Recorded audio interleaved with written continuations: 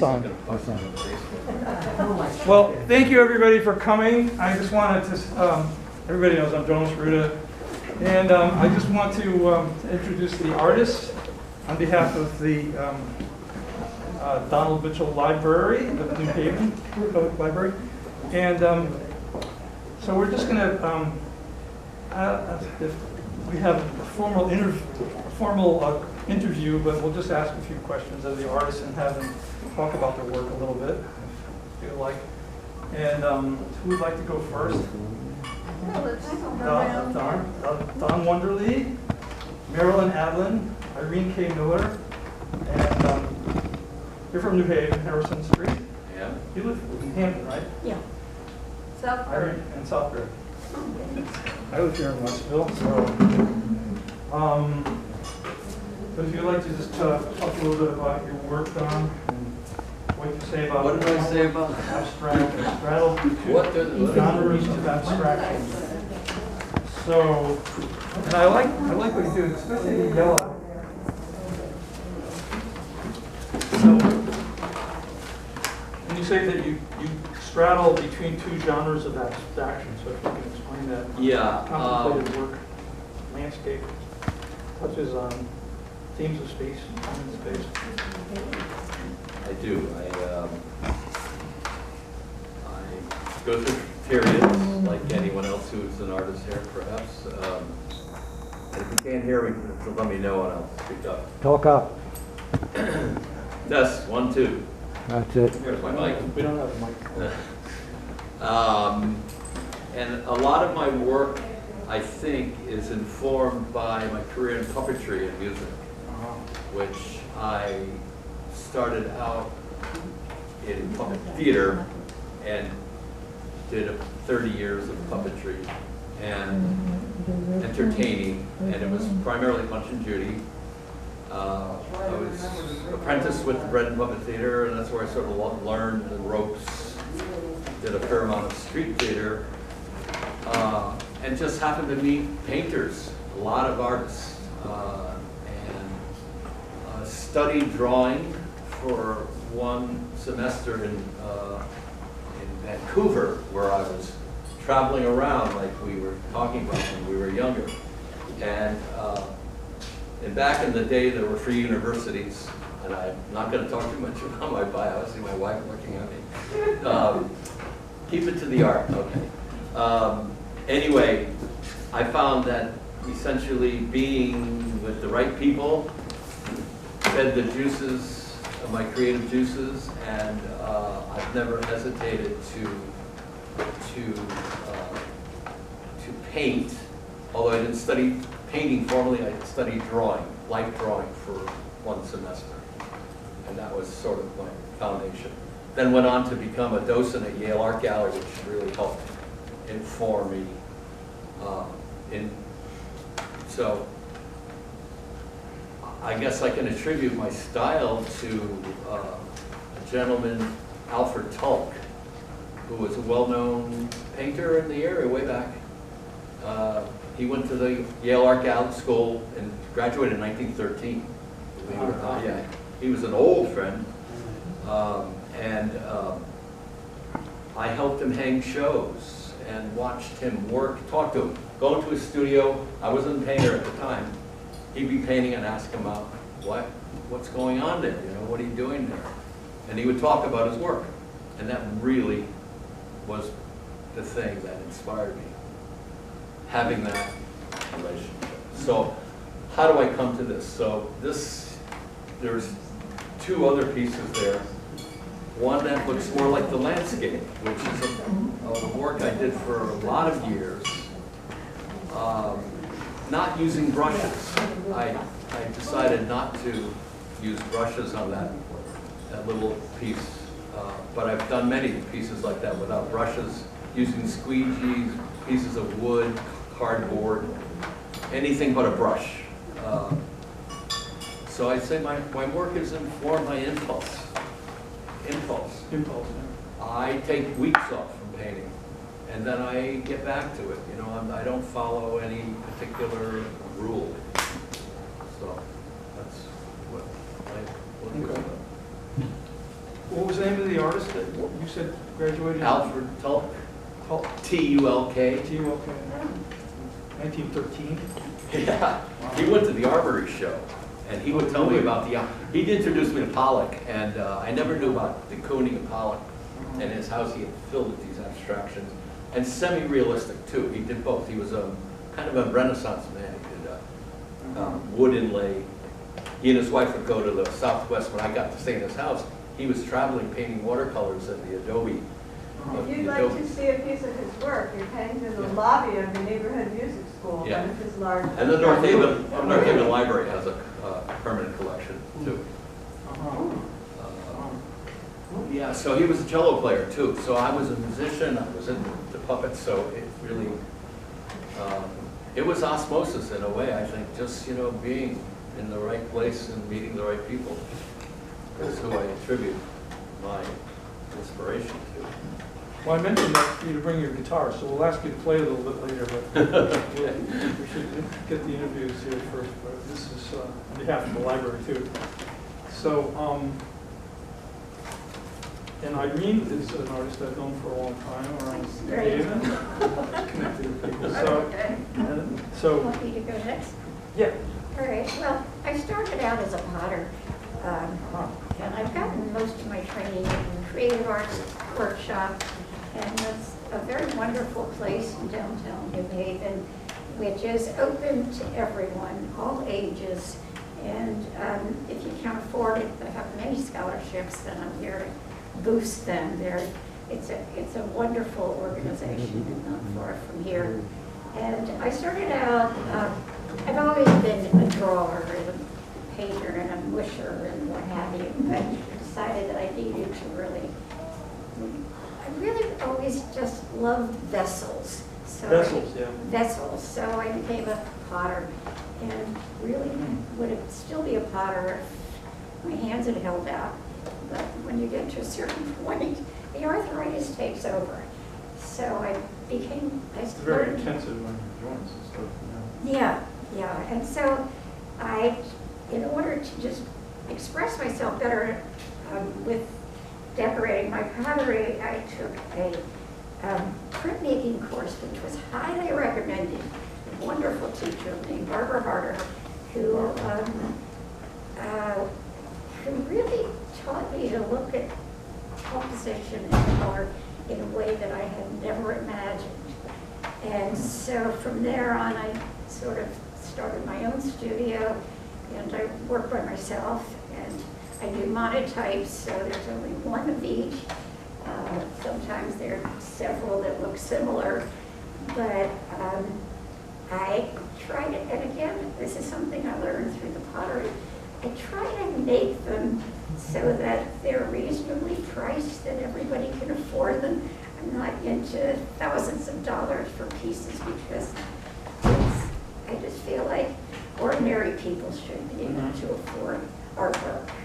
So That's important. It really is important. Yeah.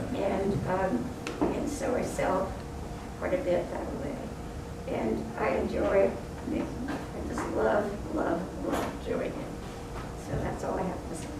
Well, you mentioned Barbara Harder, and she's known as the master printmaker of New Haven, but you Yeah. are too, and also Oy Fortin, who Yeah. We contacted me to. Yeah, Boy and I have studios across from each other. Yeah. And we bounce ideas off of each other. We're always telling each other what to do, and we never do what we're told. As a monotype artist, Yeah. it's a mystery still. Even in the reference books say that no one really understands the difference between monotype Can everybody and hear prints. through the mask? I'm just curious. What is it? What? I just That's wonder a- if yeah, I know. everybody can hear What everybody. is the? Are you having trouble hearing me? I have trouble hearing anyway, but Oh. whether You that's work a in the mask or mono- not. monotype. What? Yeah, a monoprint. So how's, No, a monoprint is, I'm trying, I should have looked it up, but it's a whole different printing process from a monotype. So I just do it once on the press, but I can do it twice from the same plate because there's always something left on the plate that I can do. What kind of plate do you use? I use plastic because it goes through a press. Yeah. You can use a metal plate, you can't use a glass, of course, but you can use anything other than glass to print it on, and a lot of people like metal. Wood doesn't work, that's for a wood cut, that's a whole different story, but you can't do a monotype. But any slick material like plastic or metal plates do work. And I don't ever stop with that. I now do collage drawings. And you can just use it as a basis for anything. And if you don't want to do the same thing over and over again, it's a good way to do it. Mm-hmm. And that's what pottery is. You try to make the same mug, you know, in a set, like 8, and it drives you crazy. But it gets easier too. With a monotype, you get an after image or not? You get it. Well, it depends on how. It's really tricky. If you put the press down very tightly, you can pretty much take all the ink off once. But if you do it loosely, you have a lot of ink left on the plate, and you can put it through again. And then there are sprays you can put on it that help you lift it up. All of these things are sort of technical, and it takes a while to figure out how it's going to work. And then in the process, you get surprises. I love surprises. It doesn't come out. It never comes out the way you planned it. So the spontaneous. There's a God up there who decides how it's going to come out, and it has very little to do with you when you're printing. Well, that's exciting for that to happen too. So it Oh, comes yeah. out of, you know, That's the way I like comes to out of the work. process and out of the cosmos. That's good. Yeah. Well, thank you, Irene. That's very enlightening. Does anybody else have a question? Any other questions? And Maralyn Adlin works in still Well, life. my medium right now is oil paint, but all mediums are up for grabs. My first love was a box of 48 crayons, the little square box, which I got when I had my tonsils taken out, and I thought it was the greatest thing in the world. And to this day, if I'm not feeling right, I'll go buy a box and I'll sniff them. So the art bug bit me very early on. Not that that means anything, because the art, interest in art can come at any age, and it doesn't mean anything. But for me, I was very little, and I had an older sister. I still have an older sister, and she used to draw on the cardboard that my father's shirts came in. And I said, well, me too. So when he wasn't looking, I would go into their dresser, open the drawer very quietly, take that little blue paper band off, and slide the cardboard out. And I was in heaven. And then I got my crayons, and I used to copy the paint by number what do you call that we used to get, and I would make all the little designy things and the numbers, and I used to love cowboys and Indians, and I also lived in the Bronx, and the Yankees became a thing. So I used to draw the people running around the bases. Oh, boy. And I don't know why I brought that up, but I figured you should start somewhere. So also, one other story that sticks with me all these years, in kindergarten, they would give out the manila yellow paper. Do you remember that? Oh, I love that. I was like, whoa. So there was a little girl sitting next to me like you are, and we were all drawing, I don't know how it came about, but we were drawing this figure, and it had an apron on. And I'm doing my thing, and I look over, and this really determined the rest of my art life in some way. I was like, oh my God, she was striping her apron. And each color was like Chinese food. It was like, oh my God, it just hit me. The visceral quality of it, the color, and that was it. So when you look at that, basically, in a weird sense, that feeling stayed with me all these years. And each painting for me is, I don't start out wanting to make a picture. Like, I'm not making a picture of flowers. I'm exploring, and I'm trying to find out something that to this day I really can't express exactly what I'm searching for. It's like going into a room, turn all the lights out. Somebody says there's a door somewhere. And each painting for me is like that. You go find the door. And sometimes I do, and sometimes I don't. Sometimes I find half the door. And when you find the door, there's nothing like it in the world. I just can't. I'm usually out of the zone of like, in this life. I'm like one step off. But when I paint, I'm not. And it's magical for me, and it's not easy. I'm not saying that, oh yeah, you go in there and it's great. No, I want to pull my hair out or jump. I don't live high enough up to jump out the window and hurt myself, but sometimes you want to do that. But for me, it's a love of the paint. It's a love of my brushes. It's a love of the materials. It's just this love affair, and I don't know what I would do without it, because there aren't that many other things that I like other than my dog. And so it's gotten me through my life. You know, it's just the it factor for me.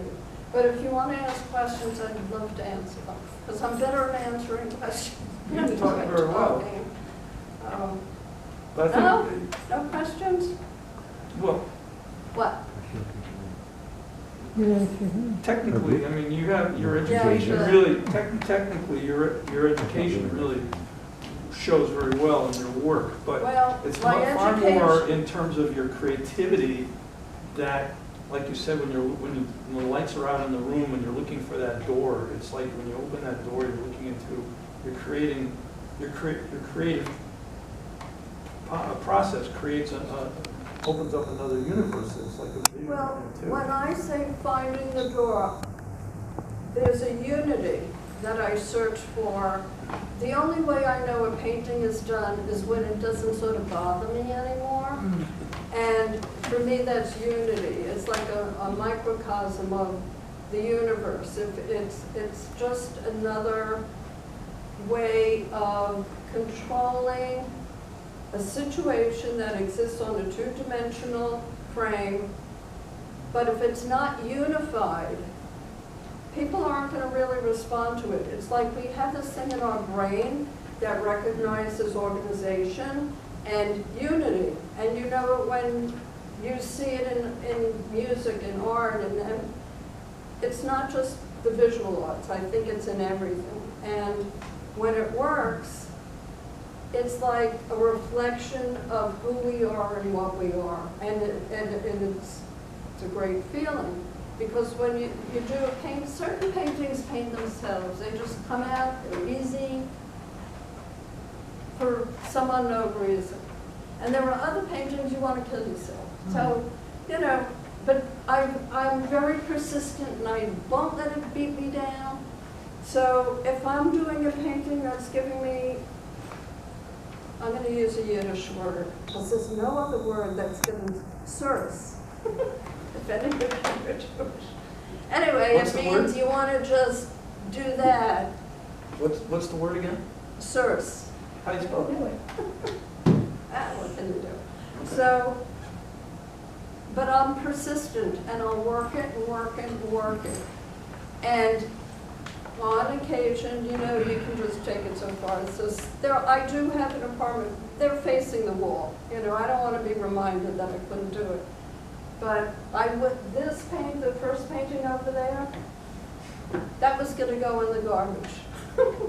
But then I said, it's too big to go in the garbage. You know, it's like, you throw out a little painting, but it's really hard to throw out 24 by 36. And I didn't want that constant reminder. So what happened, I'll get it and show you. what happened is, this became the initial focus. And I wasn't in love with the figure. And I'm trying to get the whole painting to work. And it was going against how I paint and how I think about painting. But I was like determined to not go this way. So I was flipping through an art book and I saw different elements. So I said, I'll put that there. Once I put that there, boom, it worked. You may not, but it worked because it set her back. She no longer became this intolerable focus for me because she wasn't great. She didn't pull off the painting. This pulled off the painting because it created an element of space that paintings demand composition, they demand a certain kind of space, they demand unity, and without that, it didn't work. So that was that one. This one is, I set up a still, I like to set up still lifes on tables or whatever. And still lifes are like landscapes. It doesn't matter that that's not a tree or that's not, but the thing about still life is that it narrows the space. Like when you go out and you want to paint a landscape, you can have a mile in front of you, you know, and it can be very overwhelming. But landscape I was never driven to do landscape until recently. But anyway, so I like, when I set up a still life, it's all about relationships. So I'm conscious when I paint that this, and when I say relationships, I mean size relationships, width, height, spatial. So this has to relate to this, to this, to this in size, and it has to create a structure. I think if a painting doesn't have, like if we didn't have bones, we wouldn't be able to walk. Well, it's the same thing with painting. If it doesn't have a structure underneath, it's meaningless for me. So, and this one, see the way you said you love vessels of some sort? No, I love vases. They're in everything. So, I have this, like 4 elements, and then the back, and this. This was not an easy thing to pull off, because here I have all this color on top, and then I've got these man-made things here. But what I think a lot of people don't talk about with painting is the space. Everybody's like, you take somebody, I shouldn't even put that, because it's not a judgment, but we're all interested in objects, right? An apple, a pear, or whatever. But what I'm just as interested in is the space between the objects. Because if you don't, remember the little wooden puzzles you had as a kid, and it had like a frame, and you had little pieces in there? Yeah. Well, that's how I think about painting. If this little sliver wasn't here, this wouldn't mean so much. And if this triangle wasn't here, wouldn't, you need to hold it together, otherwise it's like a recipe that falls apart. That's, okay. So, moving on. This painting is really hard to describe because it's a little, I don't understand it. But in a way, I also love textiles. So sometimes I allow myself the freedom to create something that's like a tapestry. And in here, the paint got really thick, like a tapestry, like if you were knitting or doing something like that. And I love that. I love that feeling. But I don't use it all the time because I just don't. You know, it's not the be-all and end-all. But in this particular painting, it worked, and I enjoyed it. It got very abstract. But I felt that it still held together. And this one held together more in pattern than maybe another one. The reason why it held together could be just something else. But in this one, the pattern, you could almost put this on a pillow. That's the way I feel about it. It's just, you can touch it. And since I love pain, it was, to me this is the epitome of the 48 box of freedom.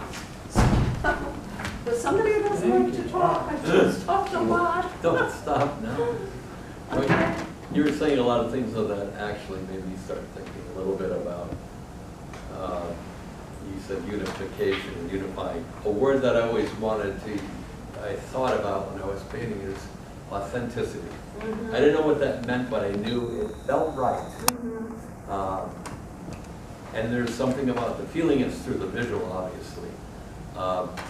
But also, as you're talking about your objects, it is even abstraction. There's relationships that feel right or don't feel right. Sometimes I will accuse my friends who are realist painters that you have your subjects in front of you. Now your challenge is to make them work. Whereas I'm inventing my pieces, and I don't know if there is any rhyme or reason to them. Yeah, but your challenge is very similar to mine. The shapes relate. Actually, yours is a little harder because I have the shapes. I have to work with them and create that unity. You have to make the shapes. You have to create the abstraction. I've gone there and I found it to be more challenging for me, harder for me, to do that than if I have something in front of me to work with. I could measure the relationships, and in that, just measuring them doesn't mean you're going to unify a painting, but I have something tangible, to work with. And so you have to create the shapes. No. And make them relate and have a relationship. Irene wanted to add something. Well, No, go ahead. No, it's okay because sometimes points get lost. there really is, I think there is a little difference between working with just shapes